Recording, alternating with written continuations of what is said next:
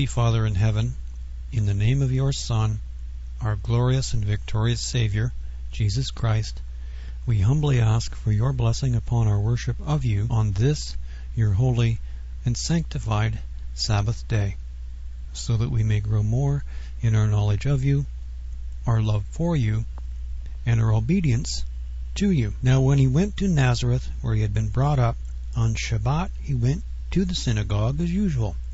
He stood up to read, and was given the scroll of the prophet Isaiah. Unrolling the scroll, he found the place where it was written, "The Spirit of Adonai is upon me, because he has anointed me to announce good news to the poor.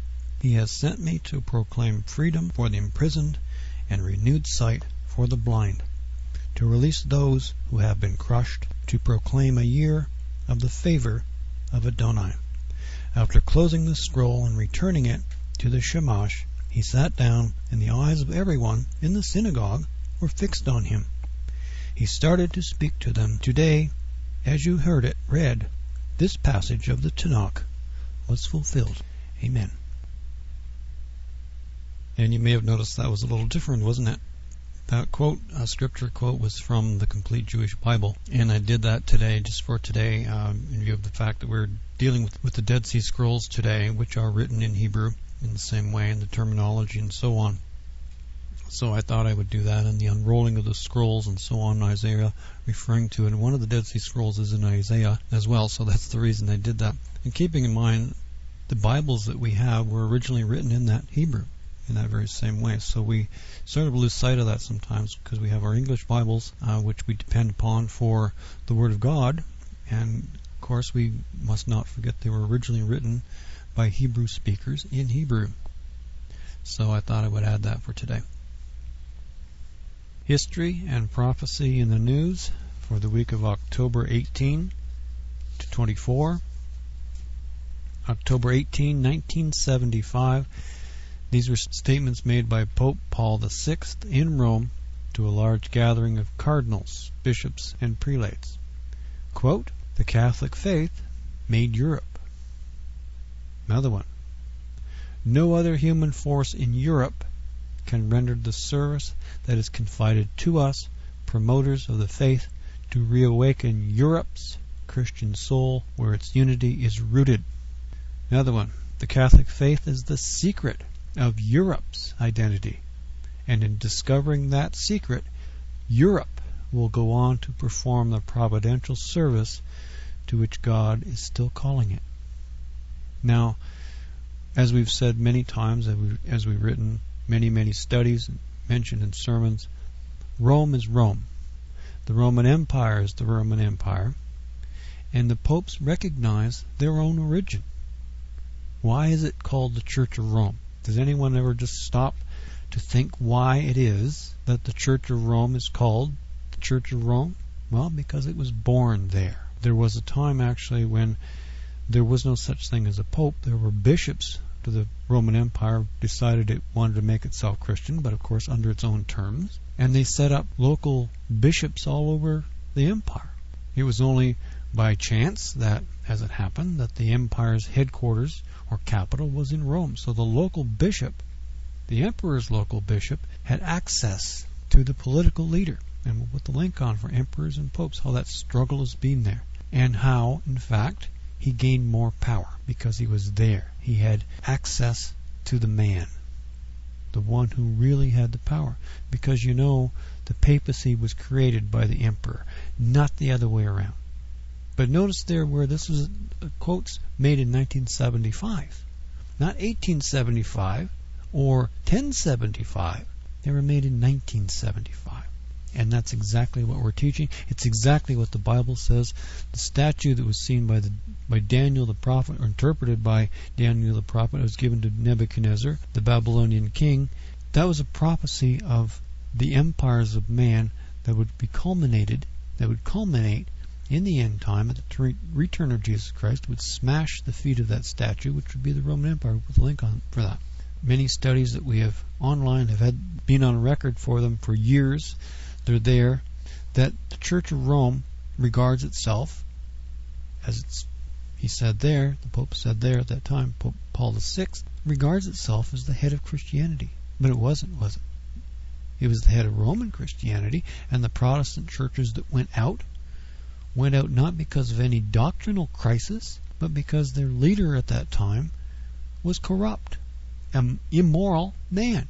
He was living a life of debauchery. He had turned the Vatican into a literal house of harlotry. He was selling things. He was selling forgiveness, things that were totally wrong, even in the minds of Catholics. And Luther, when he went there, was appalled by it. So the Protestant Reformation happened, but the doctrines remained the same. And another one, very famous one, King Henry, an English King Henry, he wasn't a particularly religious man. He just wanted to get rid of his wife so he could marry another woman, or marry as many women in succession as he preferred to do. And the Pope said no, so Henry simply started his own church, appointing himself as the head of it. It's an interesting coincidence that Luther's Reformation, so-called Protestant Reformation, was triggered by one man's immorality, the Pope at that time, whereas, ironically, considering what we just said, the Church of England was begun because of another man's immorality. I mean, he didn't just divorce women, he had some of them sort of killed, accused of things, falsely imprisoned, and so on. He would do anything to do whatever he wanted to do, including create his own church. So that too was also based upon one man's immorality. But guess what? That's going to come to an end. This is from an article from the CBC. It was on news agencies all around the world this week, October 20th, 2009. And we've been preaching this for years now. Others who are aware of the truth were preaching it long before we were. But consider this, how repeatedly I've said it's going to be very easy for the so-called Protestant world to run back to Rome because the doctrines are the same. Their only problem was with the papacy, or in Henry's case, he just wanted to do what he wanted to do. And the Church of Rome is quite willing to let that happen in some cases. But consider this one. This one, if you understand prophecy should make your hair stand up a little bit, because this is directly what's going to come in the end time. How all those Protestant churches are going to run back to Rome so gladly, and they're going to be welcomed on their own terms. Consider this, quote, Catholic Church reaches out to Anglicans. Pope Benedict XVI has created a new church structure for Anglicans who wish to join to the Roman Catholic fold. The move comes after requests to the Vatican from more conservative traditional Anglicans, said Cardinal Joseph Levada, the Vatican's chief doctrinal official. Now just stop there. Who's behind it? Whose idea was it? Was the papacy? Well, he's been pushing it. He, as in the Pope, one after another, have been pushing it. But whose idea was this? The so-called conservative Anglicans approached Rome. So who's running to who? And isn't that exactly what we've been saying? Continue. Many Anglicans have become disillusioned with the more open stance of their church in recent years, including its ordination of women, election of openly gay bishops, and blessing of same-sex unions in the 77 million strong Anglican communion. Levada said Tuesday the new legal entities would allow Anglicans to join the Catholic Church while keeping their Anglican identity and liturgical traditions. The entities will be units within local Catholic churches. They will be headed by former Anglican prelates for Anglicans who want to convert. The new provision also allows for married Anglican priests to become ordained Catholic priests. However, they will not be allowed to become Catholic bishops. Speaking in Vatican City, Levada said the new measures will facilitate a kind of corporate reunion of Anglican groups into the Catholic Church. Anglicans broke away from the Catholic Church in 1534 when England's King Henry VIII was denied a marriage annulment. Those Anglicans who have approached the Holy See have made clear their desire for full, visible unity in the one holy Catholic and Apostolic Church, Levada said. At the same time, they have told us of the importance of their Anglican traditions of spirituality and worship for their faith journey. The head of the Anglican Church, Archbishop of Canterbury, Rowan Williams, said he did not think the move would damage relations between the two organizations. I do not think this constitution will be seen as in any sense a commentary on Anglican problems offered by the Vatican. William said at a press conference held jointly by Most Reverend Vincent Nichols, the Catholic Archbishop of Westminster and the leader of the Catholic Church in England and Wales. End of quote. And I bet he didn't. He's realizing it's all collapsing. And another bizarre irony there, that they want to go back to Rome because of the ordination of gay people and marriage of gay people in the Anglican Church, but by the Church of Rome's own admission, 1/3 or 1/2 of its priests are homosexuals. So where's the logic in that they're running back to Rome? And if they're doing so now, under circumstances as they are now, when everything's just so nice and peaceful and the Pope is just there, like he's been, what do you think it's going to be like when the miracles begin? Do you see how easy it's going to be? And how many times have we said this and repeated it over and over and over and over again? And here it is in the news, happening. And once the miracles start, the Protestant world, they're all going to go running back so easy and so fast. And doctrinally, it won't be any problem for them at all. They'll still have their Sunday morning church services. They will still have their doctrines of the immortal soul and going to heaven when you die, and on and on and on and on and on. There is no problem at all. And when the Pope's miracles start, people are going to be very concerned about their salvation, because they're going to see those miracles and think, well, he really is the head of our church, as in Christian church. Look at the terminology that they're using in here, and doesn't that just make your hair stand straight up?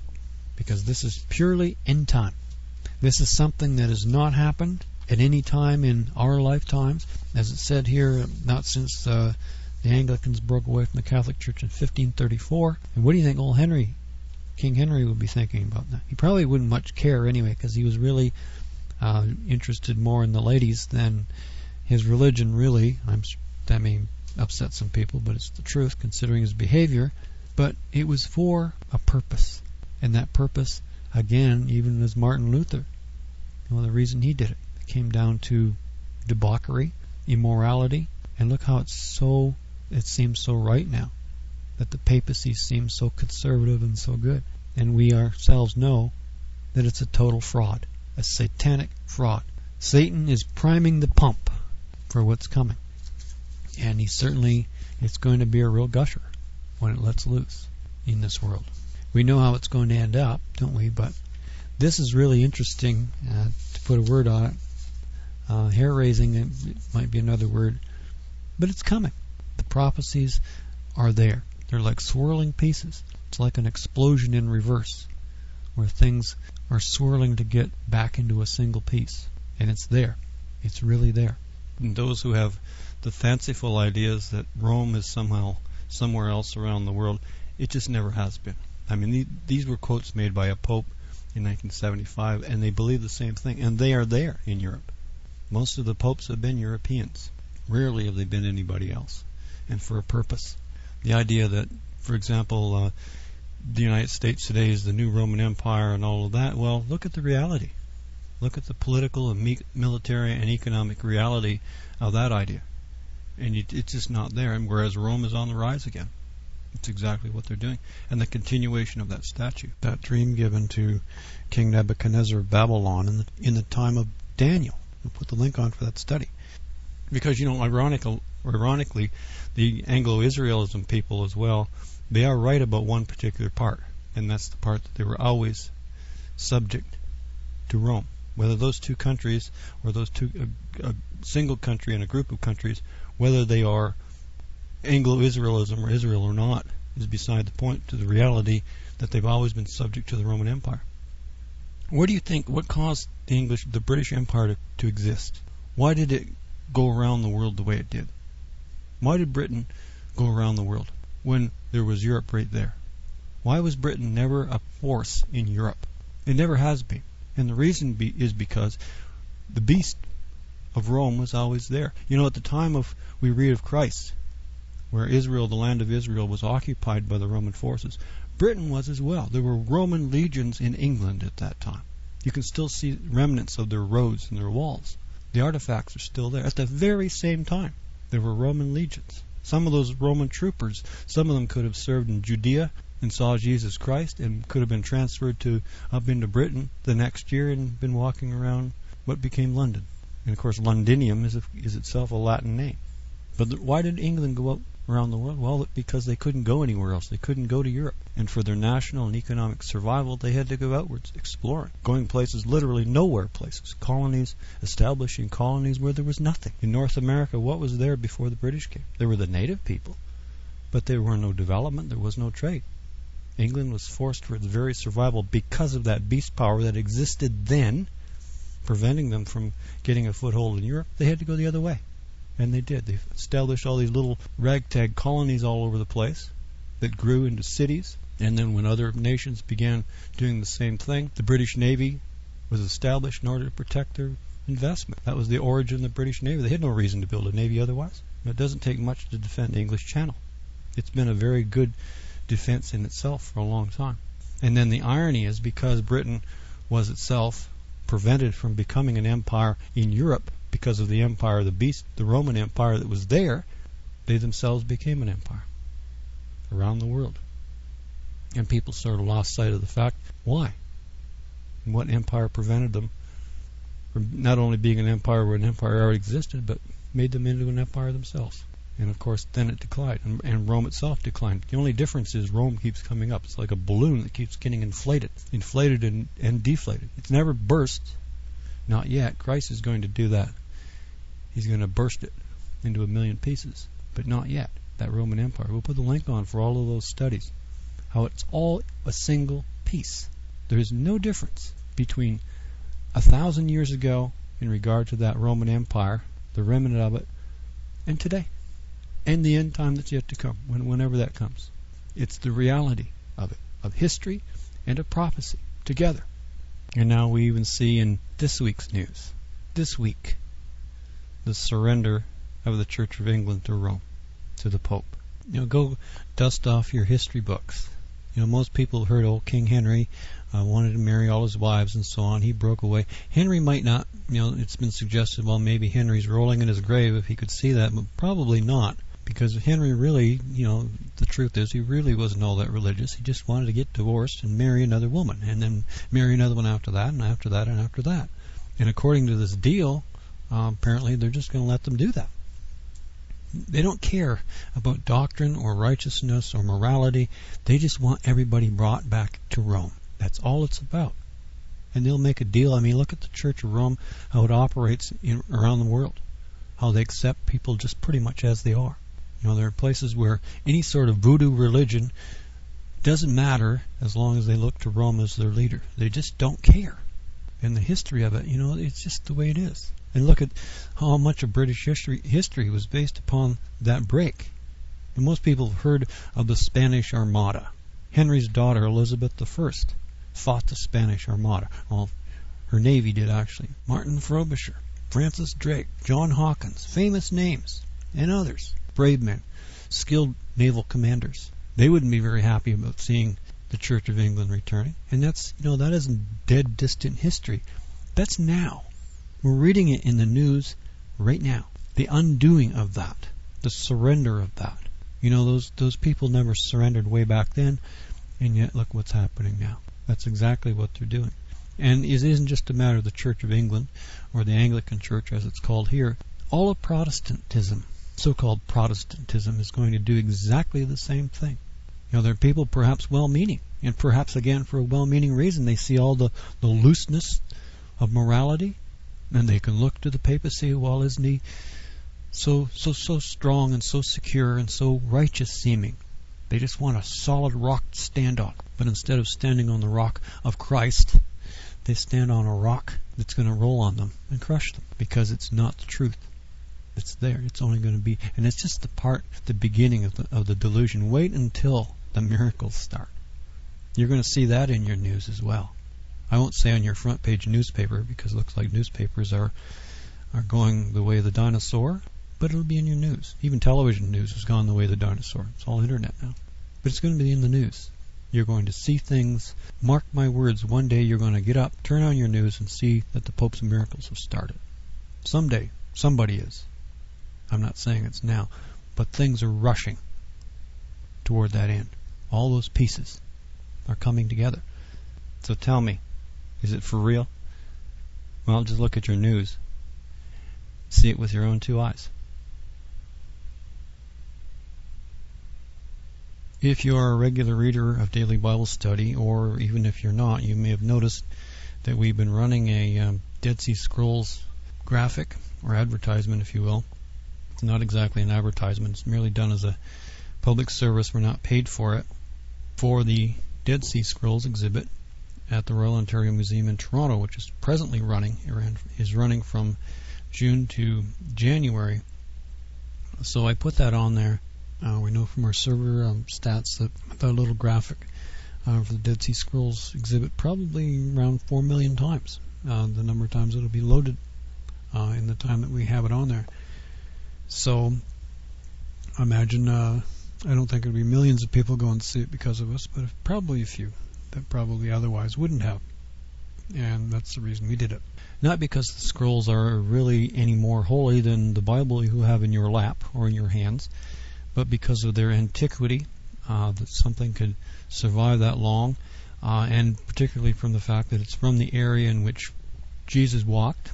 It's from the area in which John the Baptist's ministry was focused, in that area up along the northwestern corner of the Dead Sea toward Jericho. Up in there, Jericho's farther to the north. So we put the link on for that.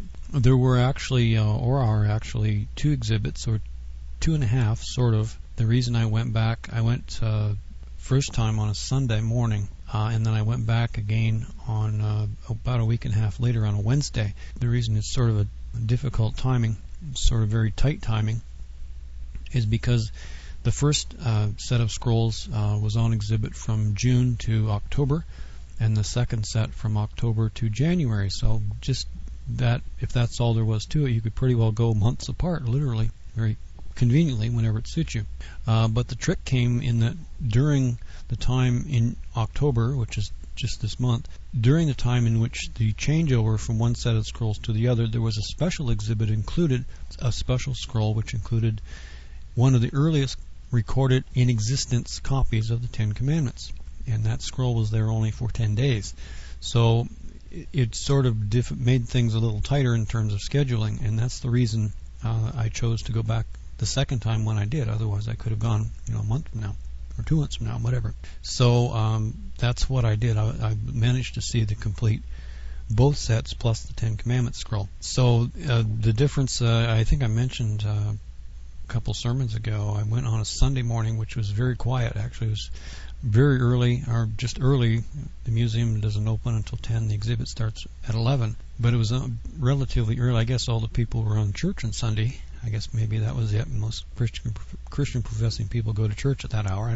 I didn't think of that at the time, but I guess I could have. But the second time when I went back was on a Wednesday morning at 11:30, and it was a very different story. The place was full, and it might have been as well because of the very limited time in which the second, or which the Ten Commandments scroll was there, even though the second set had begun as well. So I managed to get all of them seen, and it was an interesting exhibit. Photographs, I will explain. I actually went in order to get parking early. That's another thing. If you want to go get parking, if you get much past 9 a.m., even on a weekend, you may have to park a little farther. There's a lot of parking in Toronto, municipal parking areas, but they fill up, particularly during the week. So I went just a little early, and then just to ensure I would get there, because the tickets are timed as well.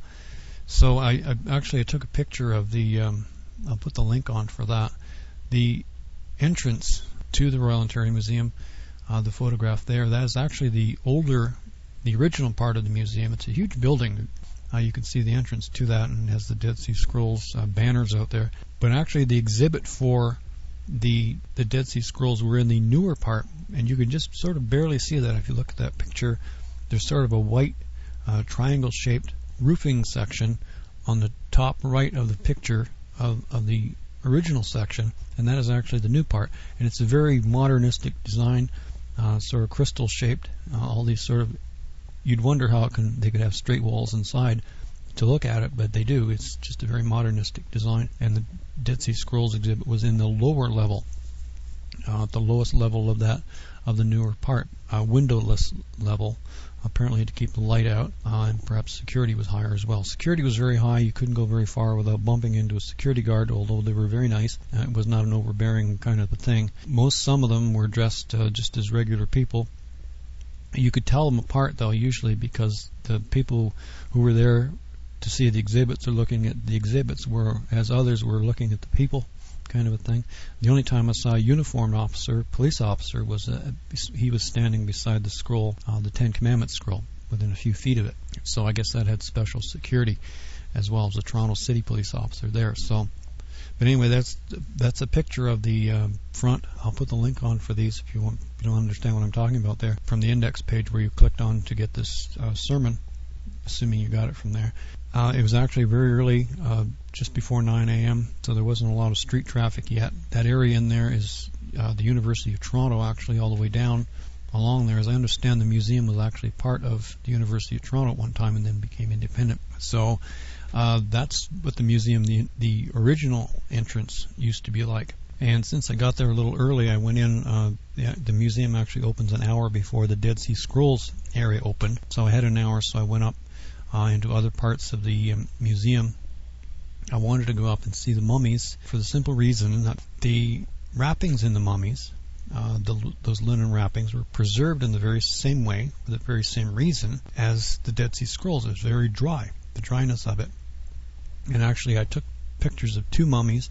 The first is in a mummy case, what you normally think of as a mummy, and you can see the wrappings. I didn't do a close-up on the face, but I could have. And if I had, I guess you can just sort of make out in that picture, the face is partially unwrapped. You can see his hair. He had red hair. The facial features are still there, and he's been dead for centuries longer than the Dead Sea Scrolls existed. And you can, primarily the reason I took the picture is the wrappings on the mummy. Those wrappings are still intact, and the reason for that is the dryness. Very warm and dry. Very warm and wet would have a very different effect, wouldn't it? But it's very, very dry there, and the mummification happened even although that mummy was prepared in all the elaborate process that they used for mummification. Mummification could also happen very naturally, and that's the second picture I've got, is that of a child that was mummified just by the natural dryness, the warmth and the dryness of the sand. You can see the picture of that if you want to click on the link for that.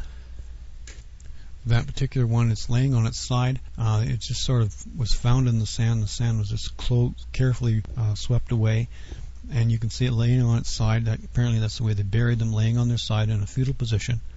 And there's a number of jars and everything. It was in a glass enclosure. You couldn't touch it or anything. Not that anybody would really want to. But all the jars and things they were given, people were buried in that way for things that they would need, like food and water and so on. They sort of looked at it that way. That's the reason those are in there. But you can see it, again, the wrappings, you can see, are preserved. And certainly that wouldn't happen, for example, in North America in most places, unless you're in the desert perhaps. But here in Ontario, southern Ontario, it's wet. The ground is wet, and certainly a body would not be preserved in that way as easily. But you can see the facial features again, and how, again, the wrappings are preserved in the very same way as those Dead Sea Scrolls. Very same principle. Because they were protected from wet, primarily. There is some damage, or a lot of damage to them, apparently from insects that managed to get in the jars. Most of them were preserved in those jars, but insects could still get in, and insects were attracted for food, I guess, to what the scrolls were made of.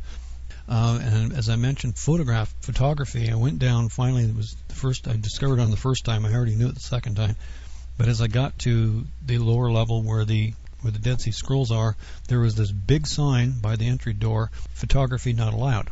So ironically, there's security guards there as well. But the only thing they allowed me to take a picture of was the "you can't take pictures" sign. Sort of ironic, just to show that the reasoning that the official reasoning actually that they had. So there's a picture of that as well. That particular one actually is the second one I took. I took the first one with a regular flash on the camera, and then it just sort of dawned on me. Well, what if I was able to take pictures of the scrolls without the flash? Because then it wouldn't be adding any kind of light at all to the scrolls, and that wouldn't therefore cause any harm to them. I thought, well, maybe if I just set the camera in such a way that it could do that. And that's the reason that picture, the no photograph sign picture, seems so dark, is because I took that without a flash. It was just light that was from that corridor. It's a very long corridor. The Dead Sea Scrolls exhibit began. You go through the door. I think you can see one door there by that sign. There were doors all along in there. And it occurred to me, well, why would that be possible? So I took a picture just to see if I could do it. And it worked. I saw that when I showed it to the security guard, and I asked him, I said, well, would it be possible then, if I didn't use the flash, could I take pictures of the scrolls or of the exhibit? And he said immediately, no, you can't do that either. And I said, well, may I ask why? Because it obviously doesn't add any light. Not that he could do anything about it anyway, because security people don't set a policy as to what cannot be done. They're there to enforce it, not to make policy. But then he said, well, it's also a matter of copyright. You can take pictures throughout the Royal Ontario Museum, which is obvious because I took a picture of those two mummies, and security guards watched me do that. It was no problem at all. They were very friendly and helpful, but it was apparently a matter of the Israeli Antiquities Authority not wanting pictures taken. So that's really what we're not trying to blame it on the Israelis or anything, but that is their policy that they had apparently. And the reason for that becomes more obvious when you get to the end of the exhibit. When you first go in, there's the things that are not as much light dependent. As you proceed through the exhibit, it just gradually gets darker, darker, darker, and darker. The scrolls at the very end, but when you first enter, it's lighted, and there are things like jars that the scrolls were kept in, a pair of sandals that somebody wore 2,000 years ago, bits of clothing, coins, things like that, mundane items, although very valuable as well. And then the scrolls, by the time you get the scrolls at the very end of the exhibit, the room is practically dark. It's sort of like a darkened movie theater. And you can just see these glowing boxes, which the scrolls are inside the boxes. They have their own light. As I understand, they're climate-controlled, temperature, humidity, and so on. And you look into the box. It's actually more than a box. It's a display case, really, a high-security display case, temperature-controlled. And there are the scrolls. You can get your eyes within a few inches of them. You can see them very well, but it's a very darkened room. So, and then as you get beyond that, there is a souvenir area, which has, by the way, pictures of the scrolls in that exhibit. And that's really, I think, if you want to put two and two together, the reason they don't want you taking pictures, because if you took them, you wouldn't buy the official photograph, the official booklet that has all the photographs of those scrolls, would you? I wouldn't have, probably, although I might have, I don't know. But anyway, I bought one. It was $6. It's not bad. And actually, I'll put the link on for that page at the Royal Ontario Museum. So if you want to get one, as I understand, they do sell them by mail order. So they're $6 plus whatever postage would be. I wouldn't assume it'd be too much. And it has all the pictures of the scrolls that were in that exhibit. And also, by the way, what I found rather strange, I have the booklet here, and on page, I guess it's not, no, page 16 and 17, or page 17, is a photograph of the scrolls in Israel in this big, well-lighted room, long tables with the scrolls laid out, and these huge bright windows with sunshine shining in on the scrolls, which is the very thing they say is not allowed. So I'm sort of hoping that they didn't realize that the sunshine was not good for them at that point, that they weren't just not doing a sort of do as I say, not as we do kind of a thing. But anyway, they have the right to decide the terms of how the things are shown. And also that if it had been the Lord's will for us to take our own pictures, we would have taken them, wouldn't we? Nothing could have stopped it. So I have the booklet here, which gives just a summation of what a list of the scrolls that were there in a fair use sort of way. Just a sentence or two here. And as I said, if you'd be interested in the photographs, actually the photographs in the booklet are better than I could have taken.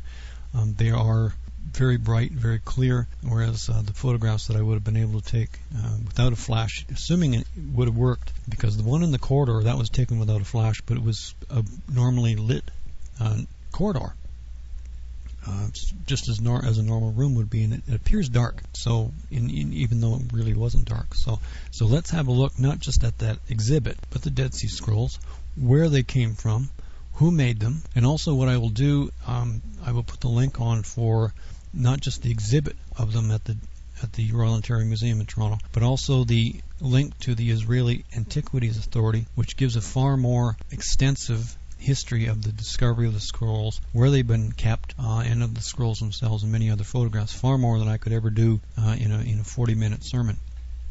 And we'll put the links on for those so you can see them from that and have a lot more idea of the history of them, because it again proves how things can travel through time and space at the same time. It's a rather good example of it, but just think of it. I think we mentioned last week if someone in Minnesota threw something in the Mississippi River, something that floats, that it could quite well make its way eventually over a long period of time to the Gulf of Mexico. It could flow the entire length somehow and get past everything that it needs to get past and flow out into the Gulf of Mexico.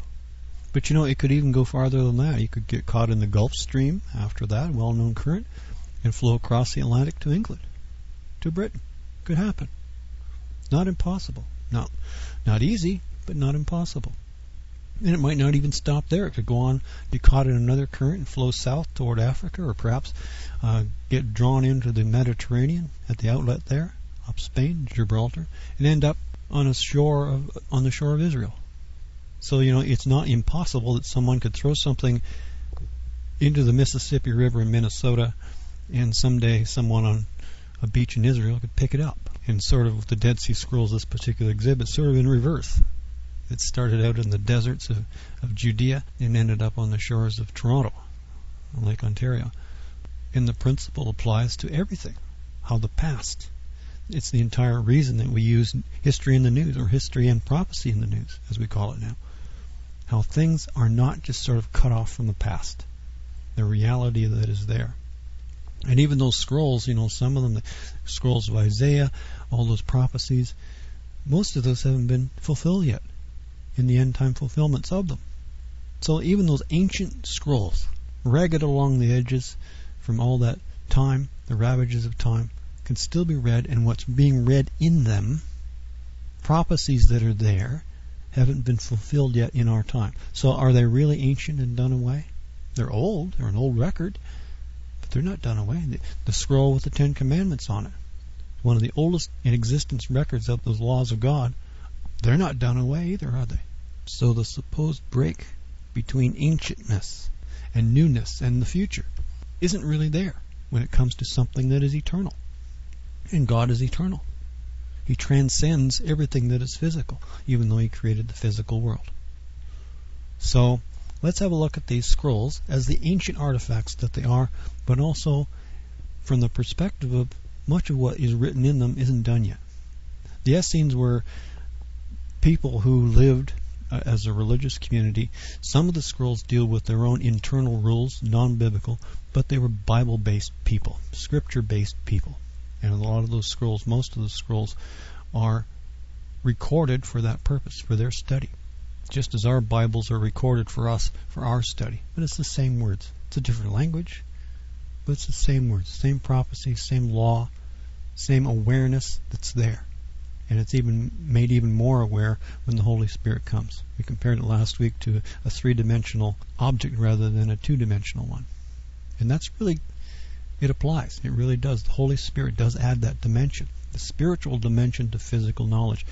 So keep in mind that even though if the Essenes themselves were not aware, they had the law, they had the basis, the foundation of what will come for them later.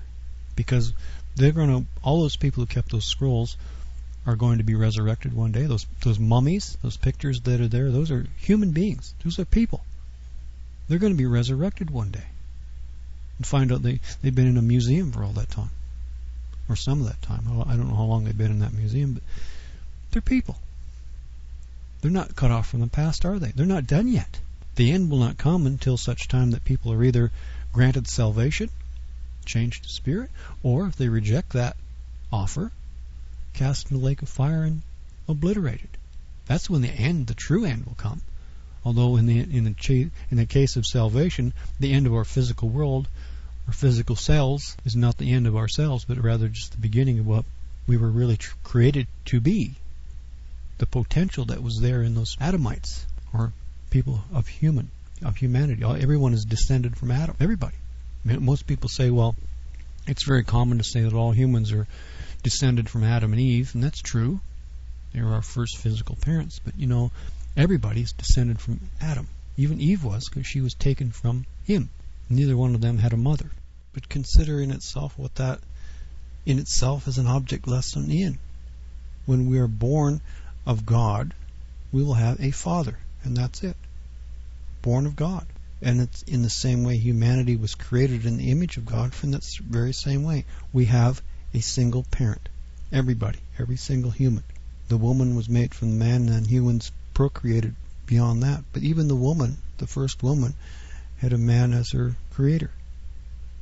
The creator was part and parcel, if you will, of that creation. And we are children of God, or will become children of God if we make it, in the very same way. It's not a natural birth. We were not intended to be simply natural creatures that will come to an end someday, after living a few decades. Humans weren't intended to be that way.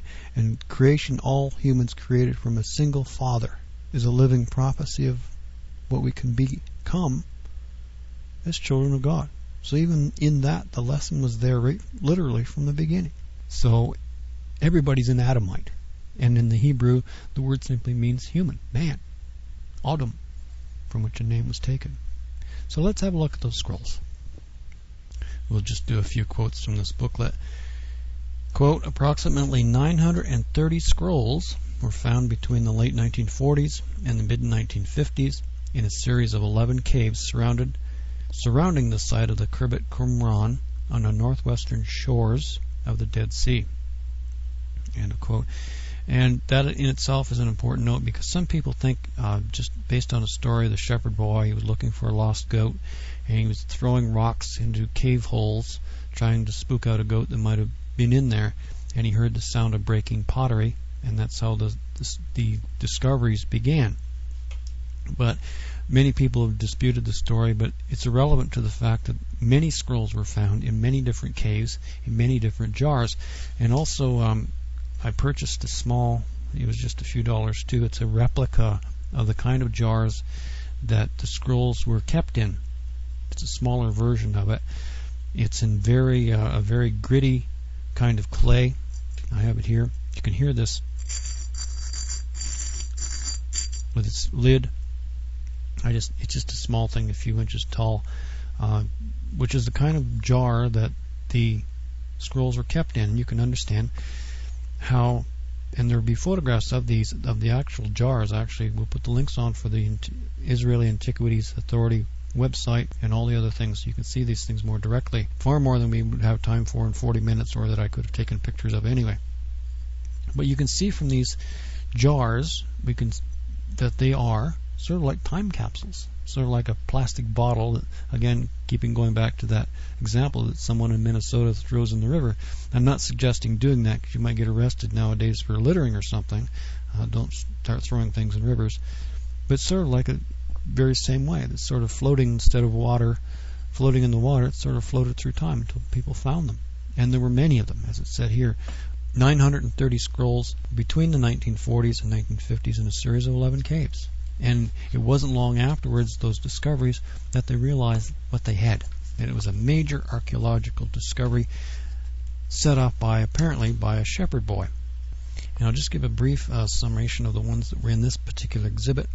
The Genesis scroll, approximately 20 manuscripts of the book of Genesis were uncovered in the Dead Sea Scroll caves.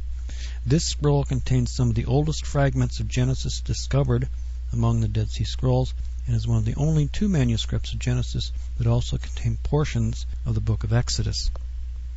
And of course, keeping in mind books, what is called a book then was a scroll, and it's very different than what we see today, how they were assembled in such a way, because they weren't just a book in which you flip through the pages, you had to unroll it, and sometimes they were included together, as apparently what they were in this one. And the next one, quote, 35 Deuteronomy scrolls were discovered in the caves of the Judean desert near Qumran, one at Masada, one at Murumbat, one at Hever or Selim, representing almost every chapter in the biblical book. The book is second only to Psalms in the number of copies found among the Dead Sea Scrolls. So again, to emphasize the point, many people believe that the scrolls are simply a single discovery, and they disputed their authenticity and so on, but it was a major discovery. Many different caves. Very likely there's much more still out there that people haven't found yet. Because those caves, sometimes something could come down the mountain or down those hills and sort of bury a cave entrance. In ancient times, there could have been a lot more in there. There could be a lot of things still in there. They just haven't found it, and I'm sure people are hunting. And to look at these scrolls as well, they showed their age. Right around the edges, primarily, they were broken down along the edges. Parts were missing, but again, from the body of it, they could tell what was there. I'm just doing this in the order in which the booklet has them presented. Deuteronomy, the Ten Commandments. Quote, "This scroll on display is the best preserved of all the Deuteronomy manuscripts discovered among the Dead Sea Scrolls because of its size and because of the verses from Deuteronomy 8 appear in the scroll before those in chapter 5. It is thought that this scroll may have been used in liturgy. This scroll contains the text of the Ten Commandments from Deuteronomy 5 that begins on line 12 of column 2. And interesting as well, quote, "The text is longer than that was found in traditional translation and quotes both biblical versions of the Sabbath commandment, Exodus 20:11 and Deuteronomy 5:15, instructing the Israelites to observe the Sabbath as a remembrance of the rescue from slavery in Egypt and of God's rest on the seventh day of creation." So you can see there they knew their Bible, each part of it, that they assembled together in that way. But again, what's wrong with that? Because actually the way it was written, or rather the way it was known, writing it in the way that it was known, there's no contradiction in that. If you read both accounts of the Ten Commandments in what we have as our traditional English Bibles, that's exactly what they do. But they do it in two different places, whereas this particular scroll had them together. Another was the book of Isaiah, the scroll of Isaiah, because keeping in mind these were not books. As we read in our opening prayer, Jesus didn't read a book as in a Bible. He read a scroll. He unrolled it.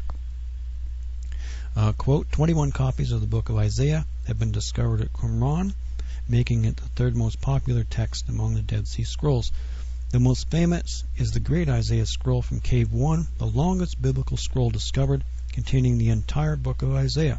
The other scrolls of this book span nearly 185 years, with copies as early as 125 BCE. The scroll on display is one of the latest discovered, dating to about 60 CE. And that's an interesting end of date, considering that the Romans pretty much slaughtered the entire population of Judea around that time. The destruction of the temple at that time, the destruction of the temple that Jesus walked in, that was part of his prophecy, and so on in Matthew 24. So the fulfillment of it then, and millions of people died. It wasn't just a matter of the people of the city of Jerusalem, but throughout the entire country were killed. Most people know the story of Masada and so on. They were the last holdouts, because the rest of the country had been slaughtered at that time. So it's probably what happened to the Essenes as well. They were, according to different ways you want to look at it, different accounts. Some say they were fighters, some say they were not. Whether they would have chosen to defend themselves or not, as we most surely would and most surely will, is a matter of debate. We don't know. All we know is they don't exist anymore. So, whereas their scrolls certainly do, the fact that they hid them in the way that they did is also interesting. If they were using them in their own caves, or using them in their own community, why were they hiding them in caves? That's an interesting question as well.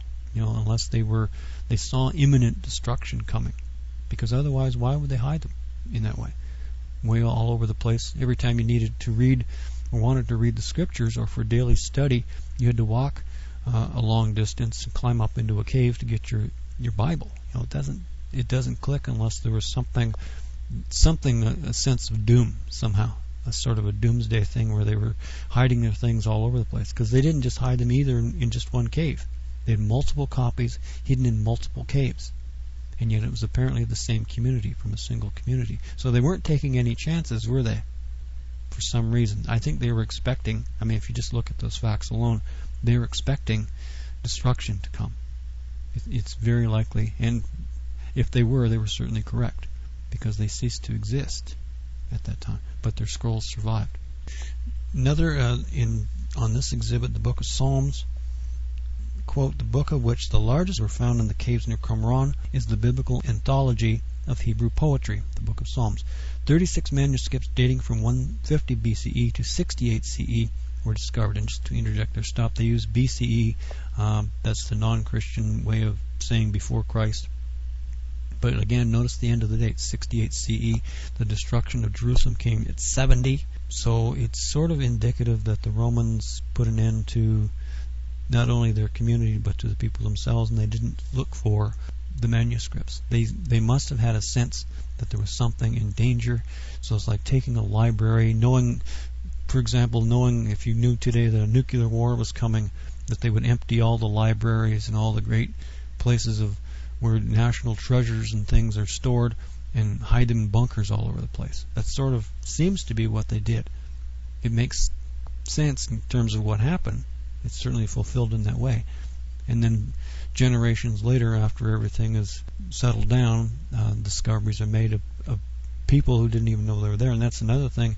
If some of them had survived, they would have known where to go and get them. They would have told people. And yet there seems to be no connection between those who put them there and those who found them later on. And another interesting, very famous artifact that probably shares that same sort of situation is the Ark of the Covenant. It's not connected to this sermon, but we'll put the link on for it because the principle is the same. The people who put the Ark where I believe it is, they didn't survive either. They were the only ones who knew where they put it, and they didn't survive. Or at least they didn't. If they didn't die right there, they were taken off to captivity, never to return. And they were afraid to tell their secret. Or if they did tell their secret, those people who were taken into captivity never came back. Because they were gone for at least 70 years, and I'm talking about the Babylonian captivity. So you can see how the principle sort of repeats itself over and over. The scroll of the book of Daniel, which is the one I found most interesting, because Daniel, as far as prophecy is concerned, the Old Testament prophecy, so-called Old Testament prophecy, is my favorite in terms of the amount of information that it provides. The scroll, and looking at the original, or at least one more ancient, was interesting. Quote, "The biblical book of Daniel is one of the earliest examples of apocalyptic literature, derived from the Greek apocalypsis, meaning an uncovering or a revelation." And to interject there, that's where the book of Revelation gets its name. Apocalyptic writings contain revelations ordinarily hidden from humans, such as visions of heaven or future events. Although the book of Daniel recounts events from the Babylonian captivity of the 6th century BCE, it is generally believed to have been written much later, when the Judean population was being persecuted by the Seleucid ruler Antiochus IV Epiphanes. And again, to stop there, that's a common misbelief, because the critics say, well, the book of Daniel is too accurate. It had to have been written later than it really was, because it's so accurate. But of course, that's incorrect. And I'm amazed that the people would say that. Jewish people, scholars would say that. But again, they don't understand the end-time fulfillment of it. They certainly understand what Antiochus Epiphanes did, how Hanukkah, their observance of Hanukkah originated from that ancient event. But it's not done yet. The end-time abomination of desolation is ultimately what this scroll in the book of Daniel is talking about. And that's not done yet. It hasn't been fulfilled in its entirety yet. We'll put the link on for that as well. So you can see these scrolls, you can look at them, how old they are, and again, we'll have the links on. You can see photographs of them online. There's, although not of these, apparently they didn't permit it. They're very hard to find to do that, but you can look at other places where they have them available in a general sort of way, and you can see, although how old they are, the ancientness, but they're not done yet. They haven't happened yet. So you can look at this ancient old scroll, sort of deteriorated along the edges, and yet in the body of the text are words describing things that haven't happened yet. Isn't that amazing? So what are we looking at? Are we looking at something that's ancient? Well, yes, we are. But at the same time, are we looking at something that is ultra-modern, as in even beyond our own time? And the answer again is yes. So do you see the beauty of prophecy? How something written so far back, and the tragedy that so many people look at the Old Testament, which is what these scrolls are about. There's no New Testament, and they totally ignore them for the reality that's in them. Not only the law that's in them and what they're missing there, because with the law is true Christianity, true obedience to Christ, because Christ was that God of the Old Testament. He's the one that dictated these words written on these scrolls. That was Christ. And as he read in the opening prayer, as he read from the book of Isaiah, here's a copy of it here, the very same scroll. Not the very same scroll, although it could have been, because it's from that same time. I don't think he'd be reading an Essene scroll in a Nazareth synagogue, but it isn't impossible either. We don't know where they got those scrolls from, where the Essenes got them from. So it's not impossible. But the main idea, the main fact is they are not ancient as in distant past, gone, dead and over with, because they haven't happened yet. So when you look at those ancient scrolls, you're looking yet at the future. You're looking at prophecy that isn't fulfilled yet. So should they belong in a museum, or should they belong in a place that sort of looks toward the future? Do you see the point? It's both, isn't it? But they could be in either one. Because if they're writing about something that hasn't happened yet, that's pretty modern, isn't it? If it hasn't even happened in our time yet, that's pretty modern. We are almost out of time, so what I suggest you do is go to the Royal Ontario Museum link that I'll have on with this sermon, and there's a complete list of the scrolls that are there, and there's a description of each, so you can read them, practically the same information that's in this booklet, although unfortunately photographs are rather scarce. But here's one from the scroll, The Messianic Apocalypse. Quote, "This scroll, called the Messianic Apocalypse, lists events expected to occur with the coming of the Messiah. The text illustrates an idea prevalent in Judea during the Second Temple period, 586 BCE to 70 CE. Among some Jewish communities, Roman domination provoked the belief that the end of times was near and that a spiritual and political savior would soon arrive. Books in the Christian New Testament also reflect this worldview, underscoring how the shared historical context of Qumran and the Jesus movement influenced the development of religious thought. Although many shared the belief in an imminent Messiah, their interpretations of prophecy differed." And just to stop there, that's correct, isn't it? And keeping in mind, they call this the Jesus movement, you have to keep in mind that this was written by non-Christian Jews. But they're entirely correct. They're seeing what they're seeing, and the amazingness of it is that they're seeing practically the same thing that Jews saw in the time of Christ. They didn't see beyond it yet. They were waiting for the Messiah, but he didn't come in their eyes because they were expecting a king like David. But continue this again, quote, "This is the scroll Messianic Apocalypse. Some Dead Sea Scrolls illustrate a belief in the presence of two messiahs, a king descended from David and a priest descended from Aaron, who would come to lead the righteous so that they would prevail over evil." Now, just to interject there, some may be shaking their head. Two messiahs? Well, no, it's one messiah with two roles. And we know that. We'll put the link on for that study. But continue. And in closing, these concepts also appear to be familiar to the early Christians, who apparently believed that Jesus would serve as both king and priest. The Messianic Apocalypse indicates that the Messiah would rule both heaven and earth. His arrival will be signified by the release of captives, by the blind regaining their sight, and by bringing the dead to life. The identity of the Messiah in this scroll remains a mystery. Is he Davidic, priestly, or perhaps something else entirely? End of quote. And we know the answer to that. Yes, he's Davidic. He's definitely a descendant of David. He is priestly because he is our high priest. Put the link on for what is Christ doing right now. And perhaps something else? Well, yes, he was the very creator. Put the link on for that. Christ the creator. These scrolls are a reflection of Christian reality, even though, ironically, those who created them and preserved them were not themselves yet able to see what was there. And isn't it amazing that they're on display in sort of a dark room, but with their own light shining? The irony of that isn't something to be ignored either. Thank you for joining us for services this week. As always, your being with us makes our joy complete. Until next week, when we meet again on this, God's holy Sabbath day, may the Lord bless thee and keep thee. May the Lord make his face shine upon thee and be gracious unto thee. May the Lord lift up his countenance upon thee and give thee peace. God bless you all.